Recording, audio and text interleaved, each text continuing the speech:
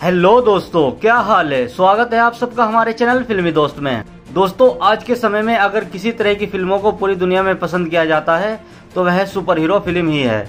Marvel और DC की super hero फिल्में हर कोई पसंद करता है। इन फिल्मों के सुपर हीरो को तो लोग पसंद ही करते हैं, लेकिन फिल्म के विलेंस भी सबको पसंद आते हैं। सुपर हीरो फिल्मों में हमें हटकर विलन देखने को मिलते हैं और यह काफी ताकतवर भी होते हैं। वैसे तो मार्वल और डीसी की फिल्मों के सभी विलन बेहतरीन है, लेकिन सबसे खतरनाक विलन की लिस्ट में केवल कुछ ही विलन्स आते हैं। तो आज हम आपको बताएंगे 7 सबसे खतरनाक सुपर विलन्स के बारे में।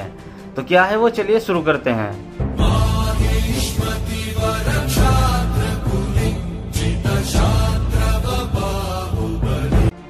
Number 7, red skull. Red skull captain America के सबसे बड़े विलेंस में से एक है।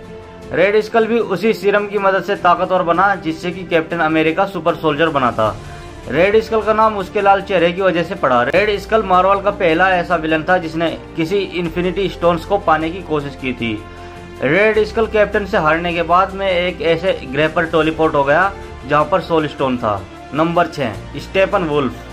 डीसी की फिल्म जस्टिस लीग में यह भयंकर विलन नजर आया था। यह बेहद ही ताकतवर था जिसने तीनों मदर बॉक्स को हासिल कर लिया था और लगभग पूरी जस्टिस लीग को हरा दिया था, लेकिन आखिर में सुपरमैन ने आकर खेल बदल दिया।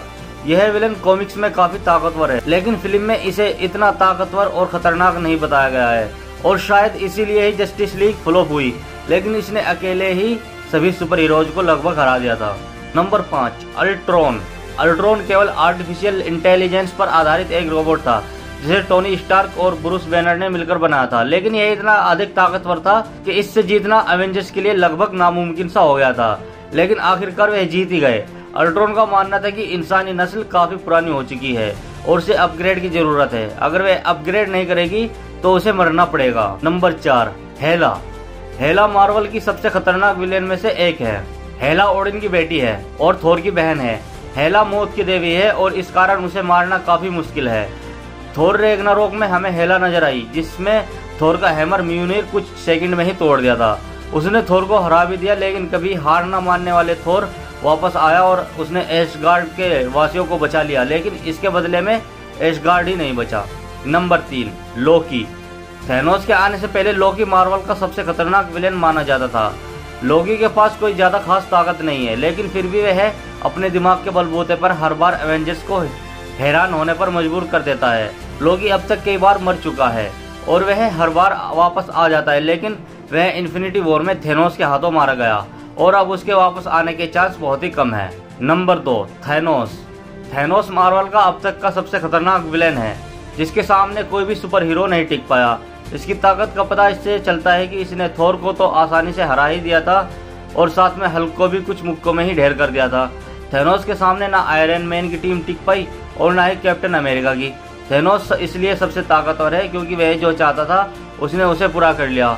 उसने आधी दुनिया को खत्म कर दिया, लेकिन हमारे एवेंजर्स भी कहाँ हार मानने वाले हैं। अब कैप्टन और टोनी एक साथ है और थोर भी पूरे गुस्से में है। ऐसे में अब थैनोस का बचना मुश्किल है, जो हमें एवेंजर्स एंड गेम में देखने को मिल जाएगा। Number 1, joker. यह एक ऐसा विलेन है जिसके पास कोई भी सुपर पावर नहीं है और इसको कोई आम इंसान भी आसानी से हरा सकता है। अगर इसके पास कोई ताकत है तो वह इसका दिमाग है और फिर यह किसी से डरता भी नहीं है, चाहे वह मौत ही क्यों ना हो। जोकर बैटमैन का सबसे बड़ा विलेन है। जोकर अपने दुश्मन बैटमैन को अच्छी तरीके से जानता है और जो दुश्मन अपने टारगेट को अच्छी तरीके से जानता है उससे खतरनाक कोई नहीं होता। जोकर प्लान बनाने में बैटमैन से भी आगे है। जोकर अब तक का सबसे अधिक पसंद किया जाने वाला विलेन है।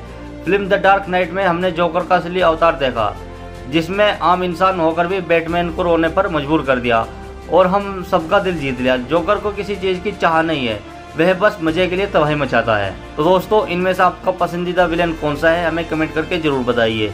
और वीडियो अच्छी लगी हो तो लाइक कीजिए, शेयर कीजिए और हमारे इस चैनल को सब्सक्राइब करना तो बिल्कुल भी मत भूलना। तो मिलते हैं नेक्स्ट वीडियो में, तब तक के लिए बाय। देखते रहिए फिल्मी दोस्त।